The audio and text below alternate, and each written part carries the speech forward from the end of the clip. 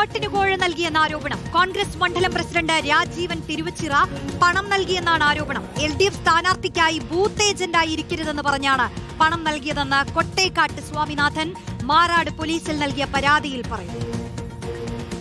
Beypore block Congress committee president രാജീവനും ഞാൻ പരിചയമില്ലാത്ത ഒരാളും എൻ്റെ കടയിൽ ഇതവിടെ വന്നു നിന്നു. അപ്പോൾ അവരെന്നോട് പറഞ്ഞ് കോൺഗ്രസിലേക്ക് തിരിച്ചു വരണമെന്ന് പറഞ്ഞു. ഞാൻ പറഞ്ഞു അത് നടക്കുന്ന കാര്യമല്ല എന്ന് പറഞ്ഞപ്പോൾ പറഞ്ഞ് നാളെ ബൂത്ത് ഏജൻ്റായിട്ട് ഇരിക്കരുത് എന്നുള്ളത് പറഞ്ഞു. ഞാൻ പറഞ്ഞു അത് നടക്കുന്ന കാര്യമല്ല എന്ന് പറഞ്ഞപ്പോൾ അവർ ഇപ്പം നിങ്ങൾ കണ്ട ആ കാശ് 4,500 നോട്ടുണ്ട്, 2,000 രൂപ. അത് ഇവിടെ ഇട്ടിട്ട് അവർ വണ്ടിയിൽ ഞാൻ എന്താ ചെയ്യുന്നതെന്ന് ചോദിച്ചിട്ട് അവരെ പുറകെ പോകുമ്പോഴേക്കും അവർ വണ്ടിയായിട്ട് പോയി. ഇത്ര ഉണ്ടായത്. പോലീസ് പരാതി കൊടുത്തിട്ട് അവർ അന്വേഷിക്കാമെന്ന് പറഞ്ഞിട്ടുണ്ട്. കോൺഗ്രസ് മണ്ഡലം പ്രസിഡന്റിനെതിരെയാണ് പരാതി.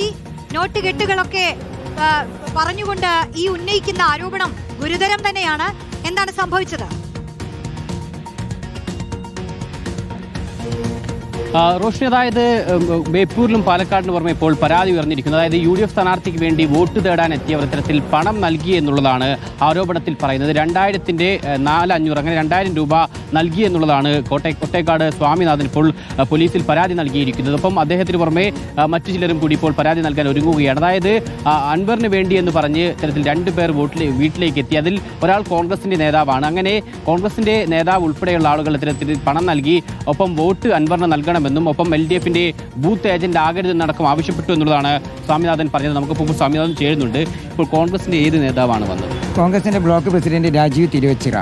കൂടാതെ ഞാൻ പരിചയമില്ലാത്ത ഒരാളും ഉണ്ടായിരുന്നു. അവർ കടയിൽ വന്നിട്ട് എന്നോട് പറഞ്ഞ് ഞാൻ മുൻപ് ഒരു കോൺഗ്രസ് പ്രവർത്തകനായിരുന്നു, എന്നോട് കോൺഗ്രസിലേക്ക് തിരിച്ചു വരണമെന്ന് പറഞ്ഞു. ഞാനത് നടക്കില്ല എന്ന് പറഞ്ഞപ്പം പറഞ്ഞു ബൂത്ത് ഏജന്റ് എന്ന് പറഞ്ഞു. നടക്കില്ല എന്ന് വന്ന വരുന്നതിന് മുന്നേ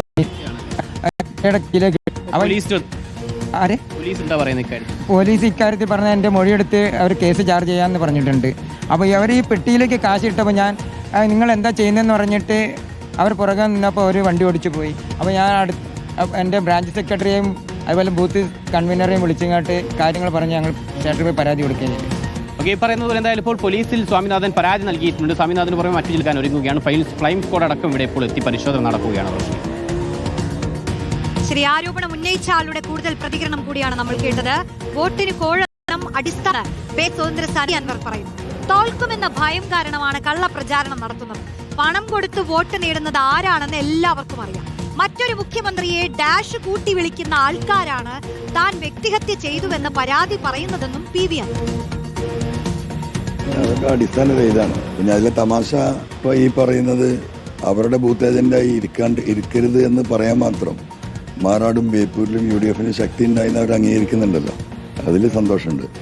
ഇതുപോലെയുള്ള കള്ളപ്രചരണങ്ങളാണ് തോറ്റു എന്ന് 100% ഉറപ്പായി. അപ്പോൾ ഇനി എന്തെങ്കിലും കള്ളത്തരം കാണിച്ചു കൂട്ടിയിട്ട് വല്ല സിമ്പതിയും കിട്ടുമെന്ന് നോക്കുകയാണ്. അതൊക്കെ ജനങ്ങൾക്ക് നന്നായിട്ട് മനസ്സിലാവുന്നുണ്ട്. അപ്പോൾ പണം കൊടുത്തിട്ട് വോട്ട് വാങ്ങുന്ന ആരാന്നുള്ളത് വോട്ടർമാരോട് നിങ്ങൾ ചോദിച്ചാൽ മനസ്സിലാവും. മറ്റൊരു മുഖ്യമന്ത്രിനെ പേര് പോലും ഡാഷ് കൂട്ടി വിളിക്കുന്ന സംസ്കാരത്തിലേക്ക് താഴ്ന്നവരാണ് ഞാൻ വ്യക്തിഹത്യ നടത്തുന്നത് എന്ന് പറയുന്നത്. ഇതൊക്കെ ആളുകൾക്ക് മനസ്സിലാവും.